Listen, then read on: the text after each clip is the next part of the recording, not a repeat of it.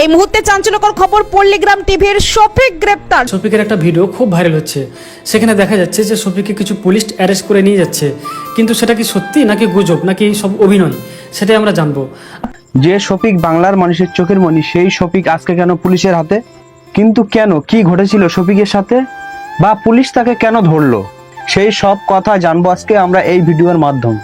আসলে অনেকে ভিডিও বানাচ্ছে, অনেকে বলছে যে শফিককে এই জন্য অ্যারেস্ট করেছে, অনেকে বলছে এই জন্য অ্যারেস্ট করছে, অনেকে অনেক রকম বলছে, কিন্তু সবগুলো ফেক, সবাই আসলে গুজব, সবাই আসলে আসল সত্যিটা জানে না। তো আজকের এই ভিডিওতে আমরা আসল সত্যটা জানবো যে শফিককে পুলিশ কেন অ্যারেস্ট করেছে, কি এমন শফিক কাজ করেছে বা কি এমন অন্যায় করেছে শফিক যার জন্য শফিককে পুলিশ অ্যারেস্ট করেছে।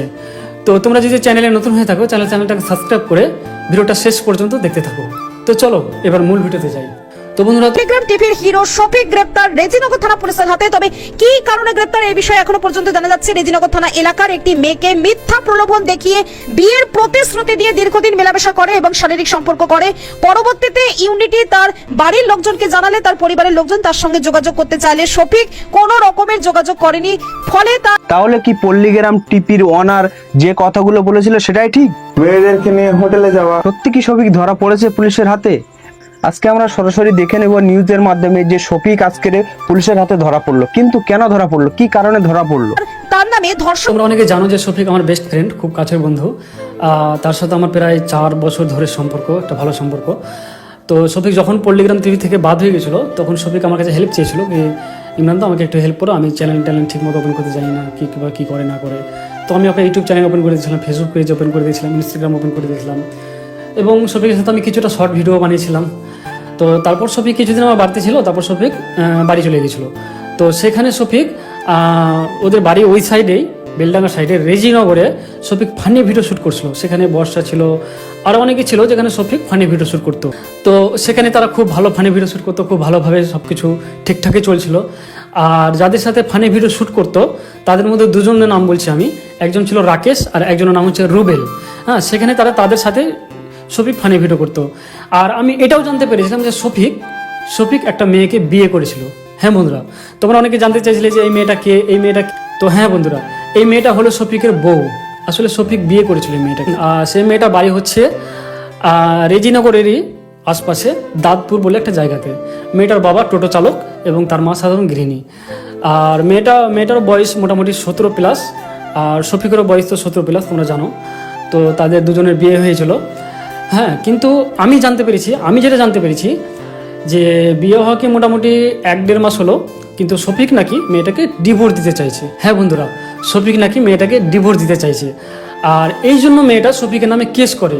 ঠিক আছে, কিন্তু আমি আরও জানতে পারলাম, কিছু ভিডিওতে আমি দেখতে পেলাম, কিছু নিউজ চ্যানেলে, যে শফিক নাকি রেপ করেছে, এটা ওটা আরও অনেক রকম কিছু কথা শুনতে পেলাম শফিকের বিষয়ে, যে এটা হয়েছে ওটা হয়েছে। তো আমি জানি না কতটা কি হয়েছে, তবে আমি জানতে পারলাম যে শফিকের সাথে 3 জন রয়েছে। সেটা হচ্ছে রাকেশ আর রুবেল। আসলে রাকেশ আর রুবেল শফিকের সাথে ভিডিও বানাতো, সেখানে ফানি ভিডিও বানাতো। কিন্তু আমি শুনলাম যে এরা দুজন নাকি শফিকের সাথে রয়েছে, আর এরা দুজন নাকি এই কেসের সাথে যুক্ত রয়েছে, এবং এদের দুজনের নামে নাকি কেস করা হয়েছে। মানে টোটাল 3 জনের নামে কেস করা হয়েছে। একটা শফিক, একটা নাম হচ্ছে রাকেশ, আর একজনের নাম হচ্ছে রুবেল। এই 3 জনের নামে কেস করা হয়েছে। তো আমি যেটা জানতে পারলাম বা যেটা শুনলাম যে শফিককে নাকি রেপ কেস দেওয়া হয়েছে, মানে শফিক নাকি রেপ করেছে শফিক নাকি তাকে ফাঁসানো হচ্ছে। কিভাবে পরিচয় হলো? পরিচয় ওর সঙ্গে তো হয়নি। জানপুরের একজন মেয়েকে খুব জ্বালা যন্ত্রণা করতো। আর আসল নাম হচ্ছে আকেশ, ডাক নাম ভোলা। ওই যে কোনো রকম করলেও মেয়ে এসে বাড়তে বুঝলো যে এত লোক শফিকের ফ্যান ফলোয়ার্স হওয়ার পরেও আজকে কেন সবাই শফিকের বিরুদ্ধে করেছিল। তারপরে নাকি শফিক তাকে ডিভোর্স দিতে চেয়েছিল, এই জন্য নাকি শফিকের নামে মেয়েটার মা কেস করেছে। যে বলেছে তুমি যদি আমাকে বিয়ে না করো আরো ভিডিও পোস্ট করবো, তোমার লাইফ বরবাদ করে দিব। আমাকে বিয়ে করতে বাধ্য হয়েছিল, ব্ল্যাকমেল করতে। তো বন্ধুরা, এখন কথা হচ্ছে যে মেয়েটার ফ্যামিলি থেকে 3 জনের নামে কেস করা হয়েছে, শফিক, রুবেল আর রাকেশ। আর আমি এটা শুনলাম যে তারা নাকি একটা হোটেলে ছিল, এবং শফিক আর রাকেশ হোটেলের ভিতরে ছিল, আর রুবেল বাইরে খাবার আনতে গিয়েছিল। তো যখনই পুলিশ ঢুকেছিল, তো দুজনকে ধরতে পেরেছে। একটা হচ্ছে শফিক, একজন নাম হচ্ছে রাকেশ।